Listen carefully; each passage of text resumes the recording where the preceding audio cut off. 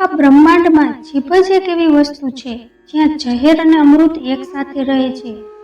સૌથી વધારે ઘાવ જો પહોંચાડી શકે તેમ હોય તો તે છે આપણા શબ્દ, આપણા વચન.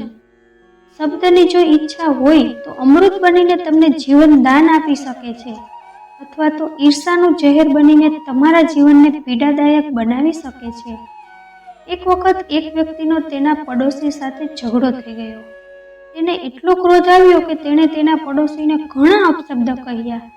જ્યારે ક્રોધ શાંત થયો તો તેને ખૂબ પસ્તાવો થયો. તે તેના ગુરુજી પાસે ગયો અને તેને વિનંતી કરી કે એવું કંઈક કરો કે પહેલા જેવું થઈ જાય. ત્યારે ગુરુજીએ કહ્યું કે ઘણા બધા પીછા એકઠા કરી 4 રસ્તાની વચ્ચે રાખી પછી મારી પાસે આવો. તે વ્યક્તિએ એવું જ કર્યું. પછી ગુરુજીની પાસે ગયો. હવે તેના ગુરુજીએ કહ્યું કે હવે પાછો જા અને બધા પીછા ભેગા કરીને મારી પાસે લાવ. ત્યારે તે માણસે કહ્યું કે આવું કેવી રીતે શક્ય છે? હવે તો ત્યાં એક પીછું પણ નહીં હોય. ગુરુએ હસીને કહ્યું, બસ આવું જ થાય છે શબ્દની સાથે. શબ્દની પસંદગી જ્યાં પણ થોડી ખોટી થઈ જાય ફરી તે પહેલા જેવી નથી રહેતી. શબ્દ સંભાળીને બોલવું. કોઈના સારા હોવાનો એટલો પણ ફાયદો ન ઉઠાવો કે તે ખરાબ બનવા માટે મજબૂર બની જાય. ખરાબ હંમેશા તે જ બને છે જે સારા બનીને તૂટી ગયા હોય છે. પસંદ કરવું અને પ્રેમ કરવું બંને અલગ અલગ વસ્તુ છે. જેને ફૂલ પસંદ હોય છે તે તેને તોડીને તેની પાસે રાખી લે છે, પરંતુ જેને ફૂલોથી પ્રેમ હોય છે તે તેને તોડતા નથી, પરંતુ તેના સાર સંભાળ કરે છે. મૂલ્યવાન તે નથી જે ગ્રહણ કરવામાં આવે છે, પરંતુ મૂલ્યવાન તો તે છે જે બચાવી શકાય છે.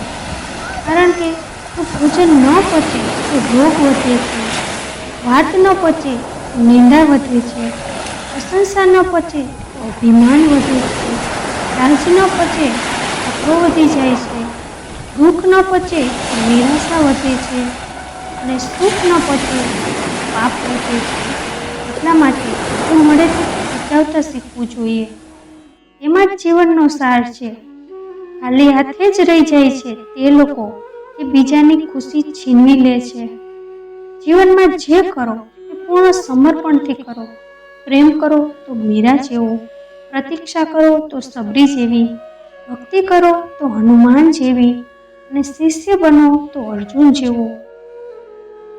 ફકીરોના સંઘમાં બેસ્યા કરીએ, બાદશાહીનો રંગ આપોઆપ આવી જશે.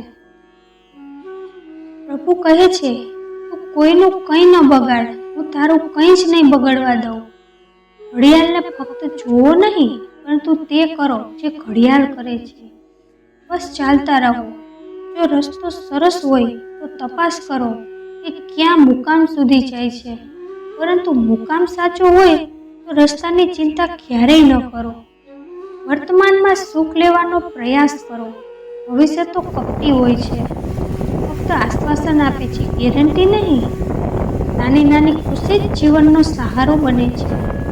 ઈચ્છાઓનું તો શું છે, તે તો ક્ષણે ક્ષણે બદલે છે.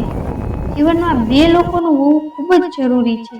એક કૃષ્ણનું જે ન લડે છતાં જીત પાકી કરી દે છે. બીજું કર્ણનું જો હાર સામે હોય તો પણ સાથ ન છોડે.